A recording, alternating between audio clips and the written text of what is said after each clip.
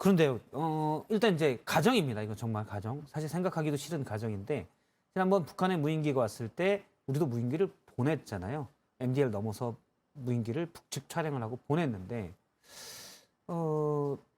만약에 북한이 우리 무인기를 보고 저걸 격추시켜야 되겠다 해서 포를 발사하거나 해서 그게 남측으로 와버리면 국지적인 도발이 생겨날 수가 있잖아요. 국지전이 생기고.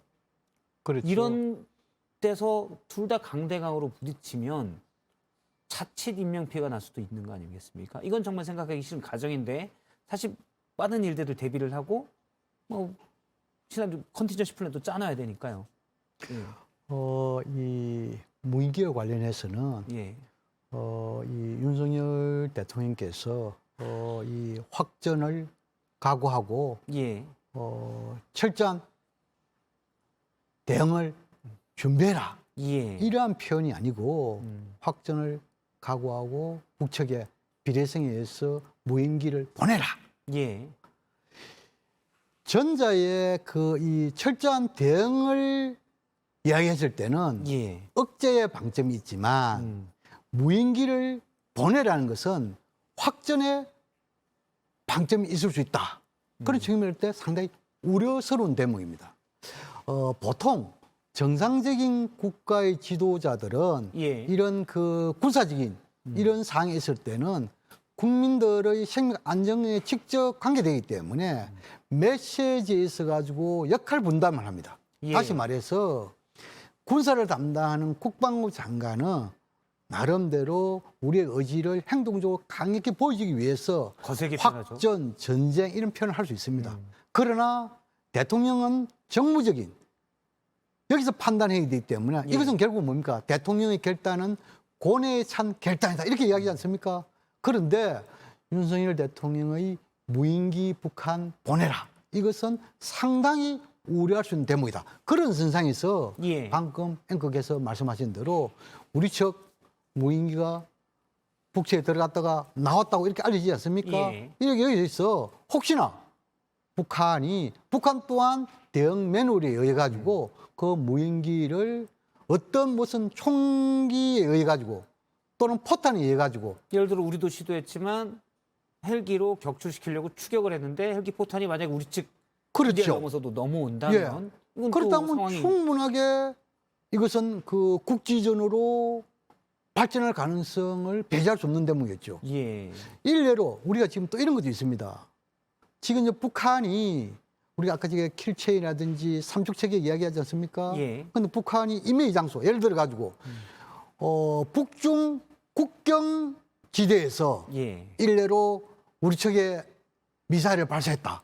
그럼 우리는 뭐냐면은 그 미사일 발사를 사전에 예상을 하고 이야기가, 예. 그럼 우리가 만약에 아주 정교하게 했다 손 치더라도 혹시나 북중 국경지대 북측의 이런 원점을 타격하는데 혹시나 중국 쪽으로 예. 우리의 포탄이 넘어가면 이것은 중국과 한국하고 전쟁할 가능성도 배제할 수 없잖아요. 똑같은 현상입니다.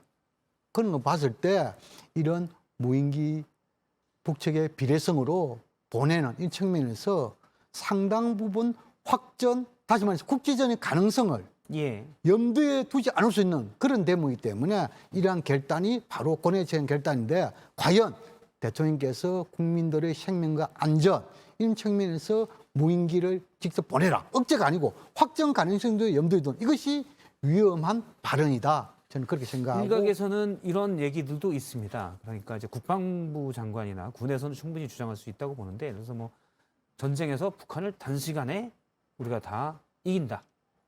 충분히 이길 수 있고 그럴 수 있다고 믿기도 한데, 북한이 어떻게 되는 것과 상관없이 만약에 우리 쪽에 피해가 일부 있다면, 일부에서는 그런 얘기합니다. 그 피해가 우리한테 훨씬 더 큰 거 아니냐.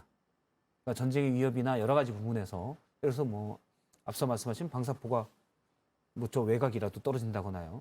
그래서 그런 상황 관리에 대한 좀 더 신중함도 있어야 되지 않나라는 지적도 있습니다. 충분히 있을 수 있죠. 북한하고 싸워서 우리가 이기냐 마냐 이건 중요한 게 아니라 우리 피해가 중요하다는 거죠. 전쟁은 지금 현재 핵을 가진 북한하고 전쟁이 벌어질 때 성자는 없습니다. 모두가 패자가 있을 뿐입니다. 예. 이 최근에 우리 국방부에서 북한이 우리 측에 핵을 사용한다 하면은 김정은 정권 종말론을 이야기하는데 김정은 정권의 종말 그 의미 없습니다. 오히려 우리 민족이 종말될 수 있고 한반도 지도가 사라질 수 있습니다. 그래서 상당히 우려스러운 것이고 물론 뭐 이런 주장도 합니다. 그래서 우리가 너무 또 제가 이쪽 저쪽 주장을 많이 하는 것 같지만 너무 약한 모습을 보이면 북한이 더 도발하기 때문에 강한 모습을 보여야 된다. 그래서 대통령의 표현도 우월한 전쟁 준비 이런 표현도 나오고 상당히 강력한 표현을 그래서 한다는 해석도 물론 있긴 있습니다만. 뭐 그렇게 해석은 할 수가 있습니다. 예. 그래서 제가 말씀드리기로 북한에 대한 메시지 있어가지고 대통령과 국방부 장관의 메시지는 역할 분담이 필요하다. 구체적으로 한 번 더 반복 말씀드리자면은 예. 국방부 장관은 방금 앵커께서 말씀하신 대로 강력한 이런 공격형의 이런 이야기를 하더라도 대통령은 좀 더 한 발 물러서면서 억제에 방점을 두는 그런 메시지를 보내야 된다. 이렇게 생각하고 특히나 지금 이제 우리는 분단 이 정전 체제에 의한 분단 국가 있습니까? 예. 이 분단의 리스크가 있습니다. 이 분단의 리스크가 잘못해 가지고 이러한 이 확전에 의한 전쟁의 리스크까지 부담된다 하면 우리는 상당히 어렵게 될 수밖에 없죠. 예. 이것을 한 가닥 더 나아간다 하면은 소위 말해서 경제 위기 상에서 안보 위기까지 중첩적으로 들어간다 하면은 우리가 그것을 다시 만회하는데 얼마나 많은 인내와 노력과 비용이 들지 않겠습니까? 예. 알겠습니다.